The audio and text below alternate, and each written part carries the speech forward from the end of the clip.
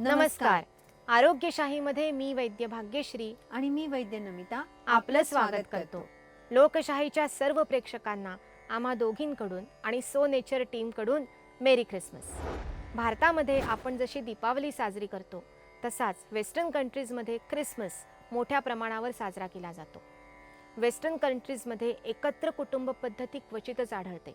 मात्र ख्रिसमसच्या दिवशी कुटुंबातील सर्व सदस्य एकत्र येतात, पारंपरिक खाद्यपदार्थांचा आस्वाद घेतात. दीपावलीप्रमाणे क्रिसमस ही येतो ऐन हिवाळ्यात. थंड वातावरणामुळे शरीरातील जाठरअग्नी प्रदीप्त झालेला असताना क्रिसमसच्या निमित्ताने केक, दालचिनी, सुंठ वगैरे मसाल्याच्या गोष्टी वापरून केलेलं विशेष स्टॉलन, ब्रेड, कुकीज वगैरे सेवन करण्याने हिवाळ्यात आरोग्य चांगलं राहण्यासाठी मदत मिळत असते.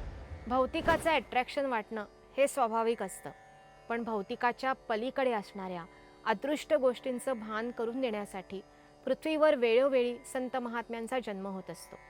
हे संत महात्मे समाजाला खऱ्या अर्थाने विकासाचा, सर्वांगीण प्रगतीचा मार्ग दाखवण्याचं काम करत असतात. असाच एक अवतार आहे येशू ख्रिस्तांचा. त्यांनी समाजामध्ये सेवा, त्याग आणि प्रेम यांचं महत्त्व रुजवण्याचा प्रयत्न केला. स्वतःच्या जगण्यातूनही हाच संदेश दिला. अगदी शेवटच्या क्षणीही त्यांनी परमेश्वराकडे तक्रार केली नाही.